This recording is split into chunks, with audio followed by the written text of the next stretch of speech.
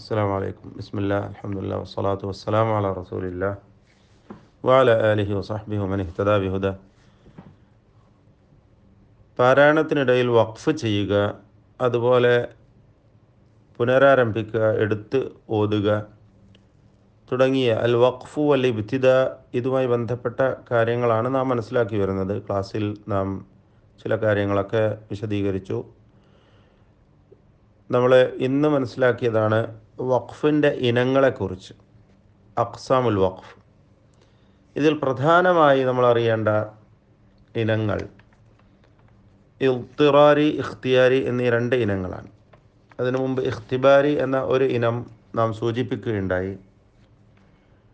പരിശോധന ഉദ്ദേശിച്ചുകൊണ്ട് ഒരു ഗുരുനാഥൻ വിദ്യാർത്ഥിയോട് ചില പദങ്ങളുടെ അവസ്ഥ അറിയാനായിട്ട് അവിടെ വഖഫ് ചെയ്യാൻ ആവശ്യപ്പെടുക.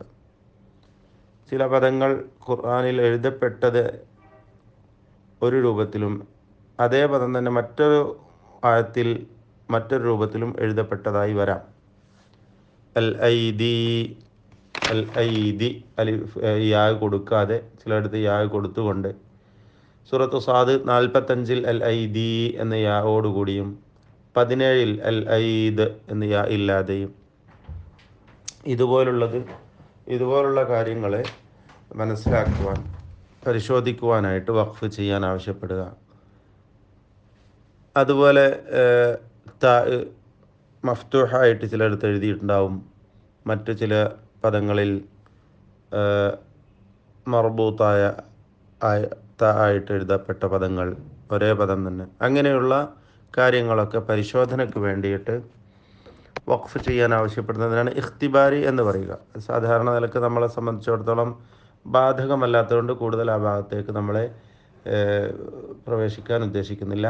ഇൽത്തിറാരിയായൊരു വഖഫിനെ കുറിച്ച് നാം സൂചിപ്പിച്ചു.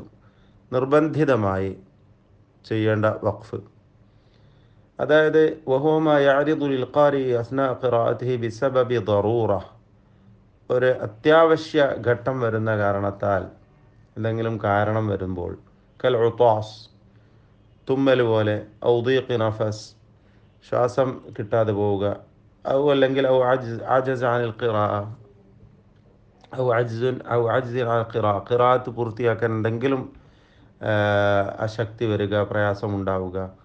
ഒന്നുകിൽ ബിസബബി നിസ്യാൻ, മറന്നുപോയതുകൊണ്ടോ, ഔ ഗലബതി ബുക, പെട്ടെന്ന് കരച്ചിൽ വന്നതുകൊണ്ട്.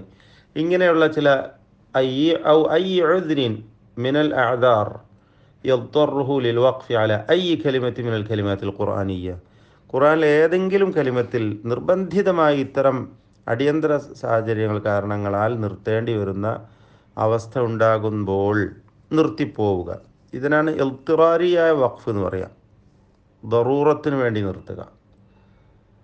അങ്ങനെയുള്ള വഖഫ് അതിൻ്റെ ഹുക്മ് ജവാസാണ്, അനുവദനീയമാണ്. അങ്ങനെയുള്ള സാഹചര്യം ഉണ്ടാകുമ്പോൾ വഖഫ് ചെയ്യേണ്ടി വരുന്നു. എന്നാൽ എന്താണ് പിന്നീട് ചെയ്യേണ്ടത്? സുമ്മ യഊദുൽ ഖാരിഉ ഇലൽ കലിമത്തി അല്ലതി വഖഫ അലൈഹാ ഫയസിലുഹാ ബിമാ ബഅദഹാ, നിർത്തിയ ആ പദം മുതൽ വീണ്ടും പുനരാരംഭിക്കണം. ഇൻ സലുഹൽ ഇബ്തിദാഉ ബിഹാ, അങ്ങനെ പുനരാരംഭിക്കൽ ശരിയാകുമെങ്കിൽ. വ ഇല്ല, അത് ശരിയാവുകയില്ലെങ്കിലോ, ഫബിമാ ഖബ്ലഹ, അതിന് മുമ്പുള്ള കലിമത്ത് മുതൽ ആരംഭിക്കേണ്ടതാണ് എന്നാണ് പറയുന്നത്. അപ്പം അത് പ്രത്യേകം ശ്രദ്ധിക്കുക. ഒരു സ്ഥലത്ത് അത്യാവശ്യമായി ശ്വാസം ലഭിക്കാതെയോ മറ്റെന്തെങ്കിലും കാരണത്താൽ നിർത്തിപ്പോവേണ്ടി വന്നാൽ പിന്നീട് എന്ത് വേണം? ശരിയായ ആശയം ലഭിക്കുന്ന വിധത്തിൽ പുനരാരംഭം നിർവഹിക്കണം, ഇബ്തിദാ ചെയ്യണം. അത് ആ കലിമത്ത് തന്നെ മുതൽ എടുക്കൽ ശരിയാകുമെങ്കിൽ അങ്ങനെ ആവാം.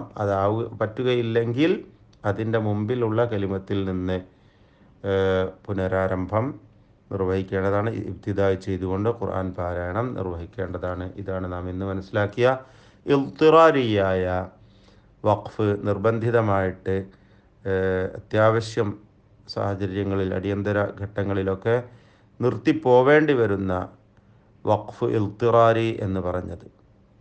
ബാറക്കല്ലാഹു ഫീക്കും.